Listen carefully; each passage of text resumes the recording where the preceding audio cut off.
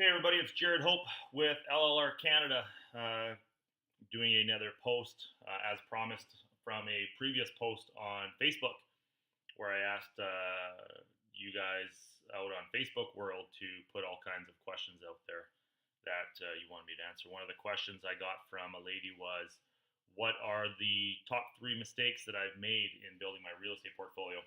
And this actually is, I thought it'd be a little tougher to come up with my top three because I've made a lot. I grew too fast to no structure, no foundation, no systems, no policies and procedures, trying to do it all. The list goes on and on. But I've narrowed it down to three. So here's the three things that would be my biggest mistakes in growing my real estate portfolio the way we did. Number one, I was buying poor cash flowing properties. And what I mean by that is I was buying properties that were cash flowing $100 to $150. Now, when we were buying our real estate, it was in 2003, 4, 5, 6. That's when we started. I'm still actively buying. But in 2003, 4, 5, 6, I was basing my cash flow on that particular moment in time's rents. So the lessons I've learned now is I always base I do my cash flow analysis based on the lowest rents I've seen in the last 7 to 10 years. So what happened in 2005, for example, I was buying properties. The market at the time was trending upwards in Alberta. Rents were, say they were $1,500 for a three-bedroom duplex. Well, in 2008, when the global recession hit, those rents went from $1,500 down to $1,100 or $1,000 in some situations. So my cash flow at the time, which was $100 or $200, was now negative $300 or $400. So mistake number one is I was buying poor cash flowing properties. Nowadays, I don't buy any kind of property unless I cash flow a minimum of $500, minimum $500 a month, with all of my expenses, mortgage, taxes, insurance, property management, and vacancy allowance set aside. Problem number two, or mistake number two, is I was buying properties that were 10 to 15 years old. The thought back then was to have a property that was 10 to 15 years old is, the furnaces were still going to be in good shape, the roof was in good shape, so my immediate expenses were minimal.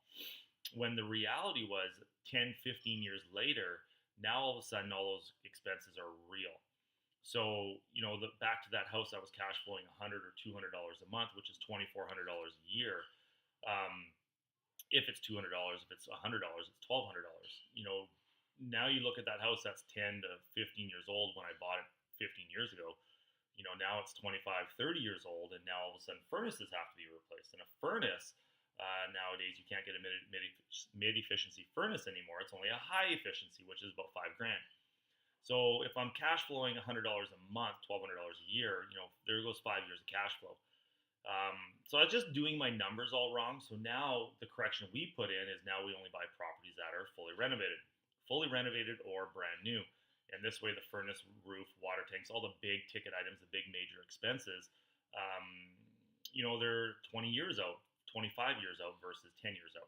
So that was mistake number two. Mistake number three is a big one, and it actually has cost me thousands of dollars.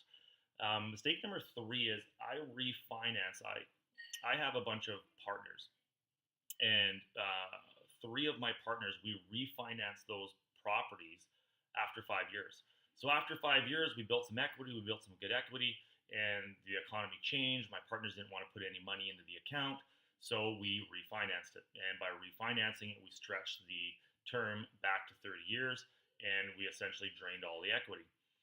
5 years later, the economy was in the tank again, so we refinanced the properties again, pulled all the equity out, and now if we were to go sell the properties today, 10 years later, 12 years later, we'd be selling them for virtually the same amount of money we paid for them, say, and we haven't capitalized any of the profit.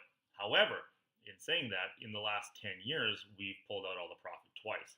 So it's kind of like a fake number in the sense, because joint venture partners have a lot of times they have a hard time remembering the money they pulled out.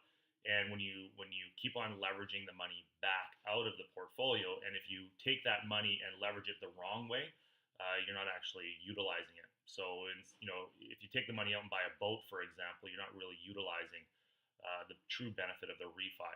Um, Versus refinancing the property and turning around buying another property. Now you've taken that same amount of money and doubled your asset base.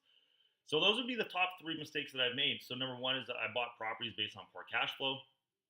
Poor cash flow being $100 to $200 a month. I would never buy a property unless my numbers were super, super tight and super clean.